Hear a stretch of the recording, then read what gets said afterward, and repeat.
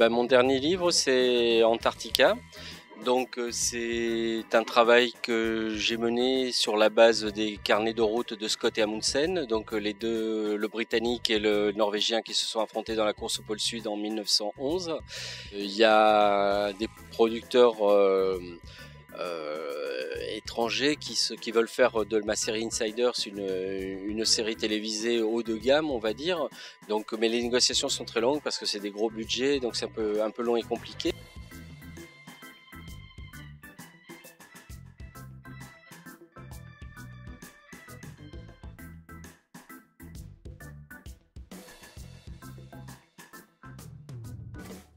Et oui, on m'appelle Docteur Maison, parce qu'en fait au départ, quand j'étais malade du genou, j'avais une canne et tous mes copains m'appelaient Docteur House. Alors comme j'ai voulu un peu mettre un côté français, j'ai mis Docteur Maison, c'est pour ça.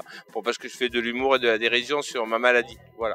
Je me suis amusé à écrire. Je me suis amusé à écrire sur un blog. J'ai envoyé à 30 copains. 2 mois plus tard, j'avais avec modestie 30 000 lecteurs sur le blog.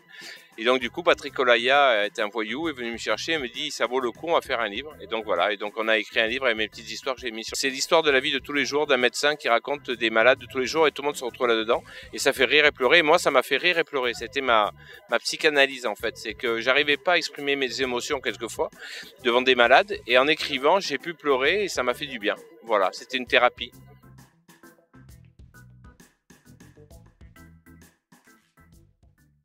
Or là-dedans, il y a des trucs, surtout à la fin, tout à fait à la fin, et dans la postface.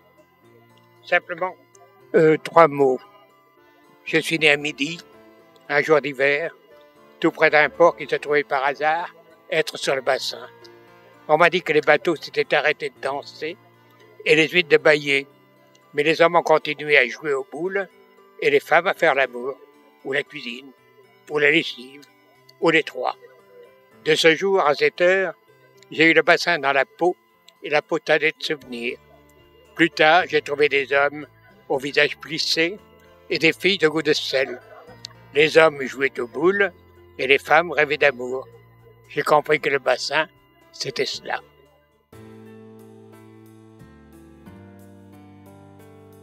Chaque femme s'interroge sur son physique et aurait certainement aimé être une autre. Voilà, ça arrive énormément, et en tout cas c'est ce que me disent mes lectrices.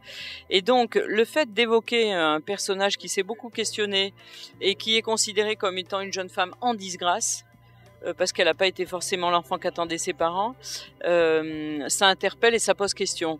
Et alors après, ce qui est étonnant, c'est que toute l'amitié des femmes va permettre à chacune de se sentir bien dans sa peau et de revivre.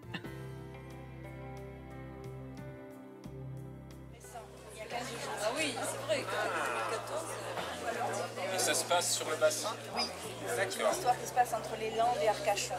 Parce que j'aime le bassin et j'aime le parler.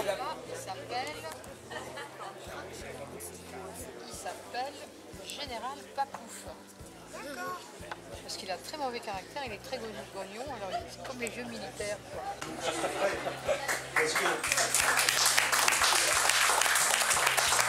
Dit maman, toujours, elle a toujours dit maman, maman, aujourd'hui elle dit pomme. Et comment est-ce que Lou un jour dit papa? Parce qu'elle ne disait pas papa, elle disait pas. Et un jour je me mets derrière Lou, pas. Et donc comme je lui signifie visuellement l'association pas et pas, ça devient papa. Il faut bricoler comme ça. Et bricoler comme ça, c'est aussi trouver les bons éducateurs, trouver les bons endroits, parce que dans cette singularité, ce qu'on peut appeler des handicaps rares, il n'y a aucune solution qui vous tombe toute prête. Ce qui s'est passé avec Lou, c'est que Lou a fait exploser les barrières que nous avions, Philippe et moi, et elle nous a fait devenir plus libres, plus intelligents, plus curieux, plus inventifs. On est simplement dans la vie, et la vie est une maladie chronique, donc il y a des moments intéressants et des moments qui le sont moins. Voilà, donc même quand on est dans des situations aussi singulières que celle-là, je trouve que la singularité est un concept, ou en tout cas une idée, qui fait que si on considère que tout le monde est singulier, on peut forcément ouvrir à tout le monde les bras, on peut l'accueillir.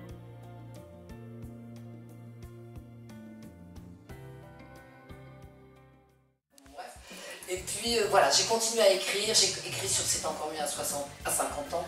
J'ai dit 60 ans parce que j'ai eu 60 ans l'an dernier. C'est le prochain. Oui, voilà, c'est le prochain. Non, le prochain, j'ai trouvé le titre. Ah bah oui, vous devez. Je peux le dire? A-t-elle le droit de donner le titre de son prochain? Mais si je le dis, vous allez me le piquer après. Non, ça va. Non, parce que c'est filmé par Info Bassin. Donc du coup, il y a une preuve. Si quelqu'un pique le titre, alors je crois que l'idée, ça va être, j'hésite entre deux titres, soit Éloge de la femme moelleuse, ou bien l'autre qui est un peu plus direct, c'est Pourquoi les hommes préfèrent les vieilles. Donc, le premier, c'est plutôt thématique pâtisserie, le second, thème cougar. Ah non, arrêtez avec les cougars. Les femmes vieilles n'aiment pas forcément les hommes jeunes, hein, je veux dire, sauf ils sont pratiques parce qu'ils descendent la poubelle. Mais si vous voulez, notre difficulté à nous, au CSA, c'est que nous, on est juste là pour appliquer les règlements. Donc, on n'est pas directeur des programmes et on n'est pas là pour dire ce film devrait être programmé à telle heure. Si on veut vraiment un mot, Non, mais on est en famille. tu as raison. Il faut une volonté politique pour faire des émissions culturelles.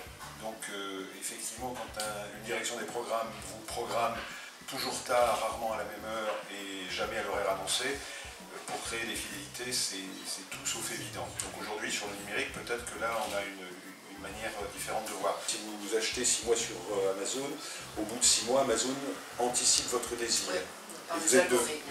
Et l'algorithme anticipe votre délire. C'est-à-dire que vous aimez le polar sur le bassin d'Arcachon, on va forcément vous proposer le dernier bouquin de Casaubon. Donc vous perdez votre choix. Et à un moment donné, Casaubon, ça va bien. Et puis ça va vachement énerver Vergès. Les Australopithèques sont définis comme étant des gens qui sont des gêneurs. Des gêneurs sur le plan de l'habitat. Ceux qui vivent dans les villages le savent, c'est pas facile. Hein. Et justement, ce titre qui est quand même absolument génial, qui l'a trouvé, ou alors si c'est toi, comment c'est venu? Non, je l'ai entendu dans la bouche d'une femme du monde, oui, dans un de ces repas bordelais où on est en rond à l'apéritif et en rond au café. Et elle a dit, mon père les appelait les Australopithèques. Ce mot m'a beaucoup plu. J'ai quelque chose dans les tuyaux. J'ai, je crois, un bon sujet que je voudrais situer à Marseille. Je vais muter mon personnel de la police à Marseille, puisque là-bas il y a beaucoup à dire et beaucoup à écrire. Et puis peut-être en même temps un petit recueil de nouvelles, de 3 ou 4 nouvelles. Mais là, je me lâche, ça sera de la fantaisie, ça sera très débridé. Donc à 1 heure de la fin de ce salon, nous sommes avec Patrick plutôt très satisfaits pour une première. C'est plutôt une très bonne expérience pour tout le monde d'ailleurs. Hein. Nous avons ouvert les premières pages du bassin, mais nous continuerons à faire un grand livre sur ces premières pages et peut-être plusieurs tomes, qui sait, hein, pourquoi pas. Autant qu'en librairie, autant qu'en tant qu'éditeur, je crois que tout le monde est content.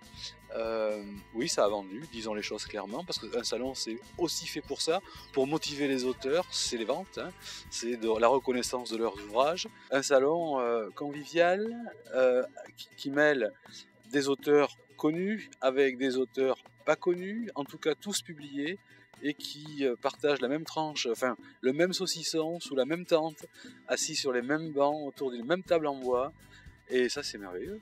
Voilà, c'est le bassin, quoi. Ce que l'on cherche à faire, c'est continuer dans cet esprit-là surtout. Voilà, l'esprit, il faut surtout le garder.